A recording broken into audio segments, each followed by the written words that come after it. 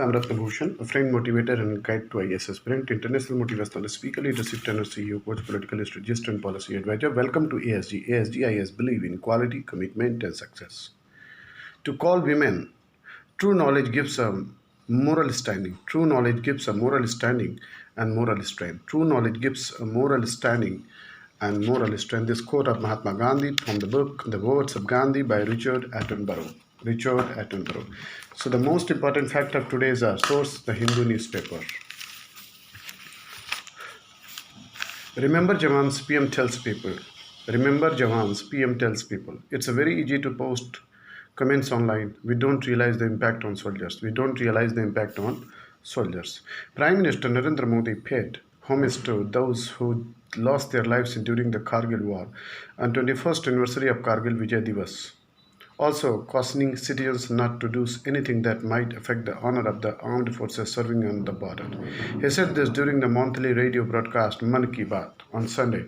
He recalled the Prime Minister's Atal Bihari Vajpayee's speech from the Red Fort after India had prevailed over Pakistan in the Kargil war, where he had stated that just like Mahatma Gandhi tells men urge people to keep the most oppressed at the center of all action in case of doubt, so too should citizens keep matred soldiers in mind while saying anything on the security situations. Now it's very easy to post a comment on social media or forward something said casually, but we don't realize the effect it has on the moral of those posted on the borders. What we say here has a huge impact on those serving on the border. He said the Kargil War took place at the time when India was engaged in peace talks with Pakistan, but it had backstepped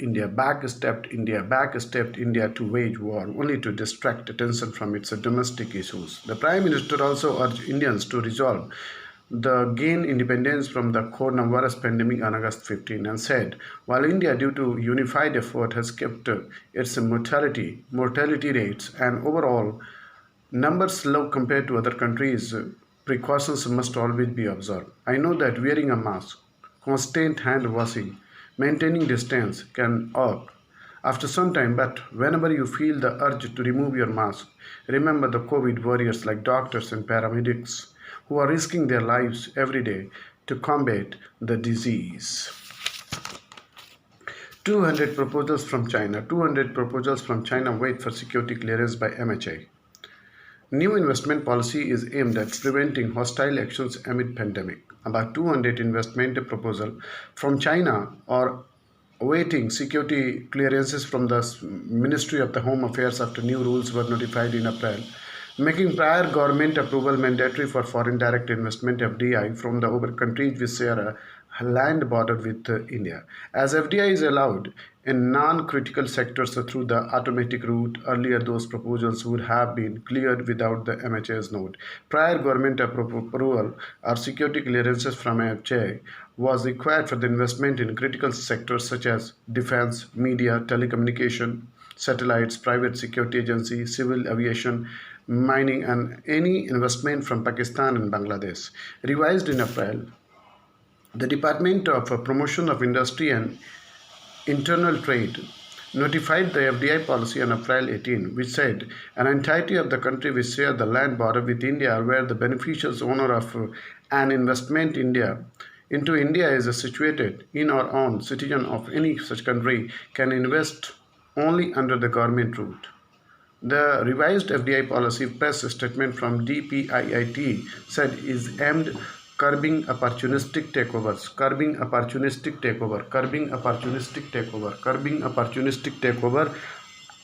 acquisitions of Indian companies due to the current COVID-19 pandemic. A senior government official said the Hindu that since April, after the new rule were notified, the ministry has received around 200 applications for waiting. Russians Navy will soon get hypersonic nuclear weapons, says Putin. Navy will get 40 new vessels this year, says President. Russian President Vladimir Putin said on Sunday that the Russian Navy would be armed with hypersonic nuclear strike weapons and underwater nuclear drones, which the Defense Ministry said were in their final phase of the testing. The weapons, some of which have yet to be deployed, include the Poseidon underwater nuclear drone designed to carried by a submarine, said the Circon, spelling Tsircon hypersonic cruise missile, which can be deployed on surface ships. The combination of speed, maneuverability, and the altitude of hypersonic missiles capable of traveling at the more than 5 times the speed of the sound makes them difficult to track and intercept. Speaking at in St. Petersburg at annual naval parade that showcases Russia's best ships, nuclear submarines, and naval aviation. Mr. Putin said Navy's capability were growing and it would get 40 new vessels this year. In a separate statement released via Russian news agency, the defense ministry said testing of the Belgorod, the first submarine capable of carrying the Poseidon drones, was underway, and testing of the weapon system was nearly completion. The fall of Hong Kong. The fall of Hong Kong. The national security law has turned Hong Kong into a colonial city again, with Beijing calling the shots. In 1982, when they were discussing Hong Kong fate, Deng Xiaoping said to Margaret Thatcher, horses will still run, stocks will still sizzle, dangers will still dance. Dancers will still dance. Horses will still run, stocks will still sizzle, dancers will still dance. London's 99-year-old lease over the most of the colony was to expire 15 years later. Hong Kong Island and part of the Kowloon Peninsula, though had been ceded into Britain in perpetuity. Deng wanted to bring the whole territory under Chinese control in 1997. His line about horses, stocks, and dancers was meant to convince Thatcher that the city could become part of the People's Republic of China without losing its distinctive features, offering an attractive vision. Deng died a few months before the Hong Kong handover of July 1, 1997, while he never got to see the territory of PRC expand. He did live to see two documents drafted that spelled out how the Brasserie capitalist city was to be function as a part of the Communist Party run state. First came in 1984. Sino-British joint declaration. It explained that one country, two system, one country, two system, one country, two system, one country, two system. The structures would take effect in 1997, and last 50 years, Hong Kong would enjoy a high degree of autonomy as a special administrative region, SAR of the China. The local way of life would continue while Beijing oversaw defense and diplomacy. Then came the detailed 1998 Basic Law. It seems to be offer Hong Kong's people an attractive vision of life from 1996 until 2047. They would no longer be a colonial subject, but they would retain appealing parts of the status quo, a more independent judiciary, a freer press, a stronger rights of the assembly and speech than maintained mainland cities. An official selected locally would head Hong Kong's government. Over time, residents would even get to choose this chief executive. The big question was whether Beijing would keep the promises enshrined in these documents. In 1984, Deng was taking China in the liberalization direction, so it was so easy feel hopeful about Hong Kong's future a year before the Basic Law was finalized. However, soldiers gunned down civilians in Beijing, crushing 1989's protest, wave and raising doubts about Deng's trustworthiness. The Thatcher was among those who did not lose faith, or at least did not admit to doing so. A year after 1989's June 4th massacre, she said that wild appeal Appalled by the event, she was heartened that Deng continued to embrace the economic liberalization that she retained sure would bring political liberalization. She also said that China's leaders would surely respect their place to allow Hong Kong's high degree of autonomy after 1997, for they had wanted to forum of the world, forum of the world, forum of the world, forum of the world to consider them people of their world.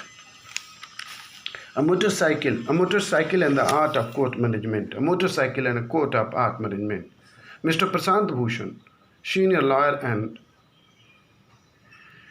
indefatigable campaigner for public cause, come thrown onto the face of the other side, recently put out a tweet with a photograph where he criticized Mr. Justice S.A. Bobde, the current Chief Justice of India, riding an expensive motorcycle at a time when the court is under lockdown. No one can accuse Mr. Bhushan of moderations, and clearly he was off the mark.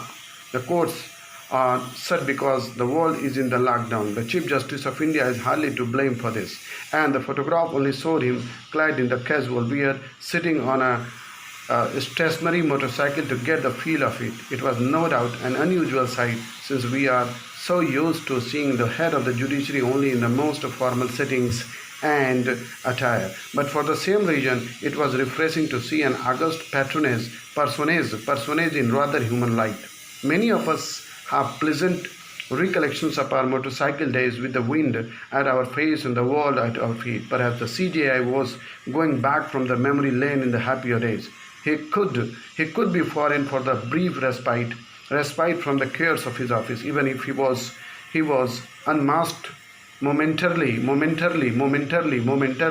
and who knows, if you remember Robert M. Thorswick Jane and the art of the motorcycle maintenance, motorcycle may give you some insights in how to navigate through the fog and treacherous roads that now lie before us. The chilling effect of criminal contempt. It is regrettable the judges believe that silence criticism will harbor respect for judiciary. This article was written by A.P. Shah. These are the strange times are going through the right now. The pandemic has brought all activities to a virtual standstill. Even as the workplaces and the institutions are slowly and tentatively getting back to their feet.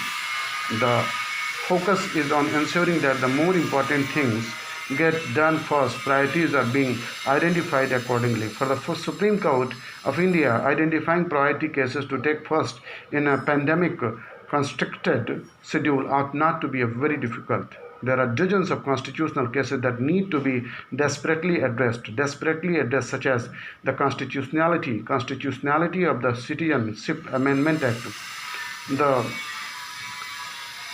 electoral bonds matter, or the issue of the habeas corpus petition from the Jammu and Kashmir. It's disappointing that instead of taking up matters of the absolute urgency in these peculiar times, the Supreme Court to take embargo on two tweets.